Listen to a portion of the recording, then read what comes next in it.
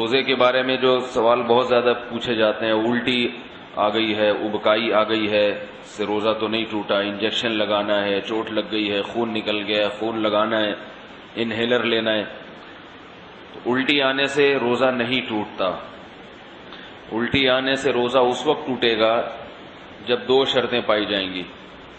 ایک یہ کہ الٹی منہ بھر کر ہو بہت زیادہ، اور منہ بھر کر الٹی ہوئی اور آپ نے اس کو نگل لیا، تو نگلنے سے روزہ ٹوٹ جائے گا.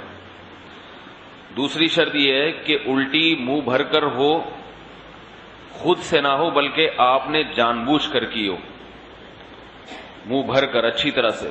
منہ بھرنے کا مطلب یہ ہوتا ہے کہ اتنی زیادہ ہو کہ آپ اگر روکنا چاہیں تو وہ روک نہ سکیں، اس کو منہ بھر کے کہتے ہیں. ورنہ اب منہ ہر ایک کا جو ہے کیونکہ وہمی لوگ جو ہے نا، پھر وہ وہمی لوگ جو ہے نا وہ تنگ کرتے ہیں. وہمی کہتے ہیں اب مجھے پتہ ہی نہیں چل رہا کہ میرا منہ بھر کے ہوا ہے یا منہ تھوڑا ہوا ہے.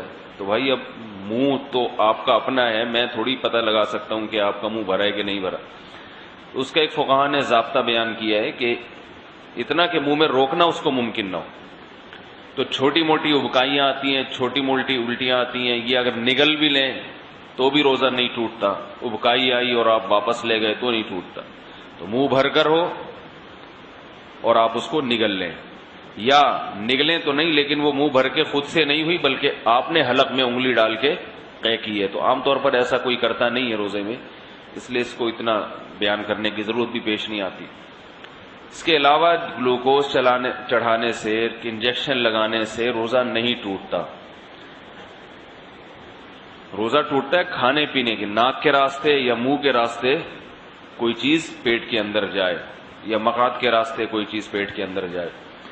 آنکھ میں دوا ڈالنے سے روزہ نہیں ٹوٹتا، خوشبو لگانے سے روزہ نہیں ٹوٹتا، خوشبو سونگھنے سے روزہ نہیں ٹوٹتا ہے. کان میں دوا ڈالنے سے روزہ ٹوٹتا ہے یا نہیں، اس میں علماء کا اختلاف ہے. پہلے جو ہمارے فقہاء ہیں انہوں نے لکھا ہے کہ کان میں دوا ڈالنے سے روزہ ٹوٹ جاتا ہے. اس کی وجہ یہ ہے کہ ان کا یہ خیال تھا کہ کان جو ہے نا یہ دماغ تک اس کا کوئی لنک ہے، ہم جب کوئی چیز کان میں ڈالتے ہیں تو دماغ میں پہنچتی ہے وہ.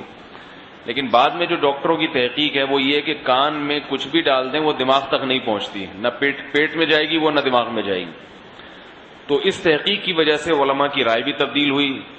تو ابھی ہمارے اکابر کا جو فتویٰ ہے، یعنی سارے ہی ہمارے اکابر ہیں جو اس کے خلاف ہیں وہ بھی ہمارے ہی ہیں، لیکن مطلب یہ کہ جو میرے اساتذہ ہیں ان کا جو فتویٰ ہے اس بارے میں وہ یہ ہے کہ روزہ نہیں ٹوٹتا کان میں دوا ڈالنے سے. البتہ ہمارے ہی اکابر میں بعض اس کے قائل ہیں کہ ٹوٹ جاتا ہے. تو احتیاط یہ کہ نہ دوا ڈالی جائے، اور اگر کسی نے دوا ڈال دی ہے تو بھی کچھ نہیں ہوتا، انشاءاللہ روزہ نہیں ٹوٹے گا. آنکھ میں دوا ڈال دی اور اس کا اثر گلے میں محسوس ہوا تو بھی روزہ نہیں ٹوٹتا. سمجھ رہے بات کو؟ تو سر میں تیل لگانے سے روزہ نہیں ٹوٹتا، احتلام ہو جانے سے، نائٹ فال ہو جانے سے روزہ نہیں ٹوٹتا.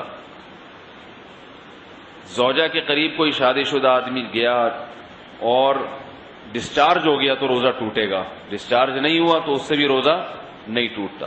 اور یاد رکھیں اگر اس نے ہم بستری کر لی تو پھر جو ہے روزہ بھی ٹوٹے گا اور 60 روزوں کا کفارہ بھی ہے اس کے اوپر. زوجہ سے ہم بستری بالکل حلال نہیں ہے روزے کی حالت میں، اور ویسے جان بوجھ کر روزے میں کھا لیا تو بھی روزہ ٹوٹے گا بھی، اور 60 روزوں کا کفارہ بھی ادا کرنا پڑے گا اس کو. تو رمضان میں کھانے کی اجازت نہیں ہے روزے کی حالت میں.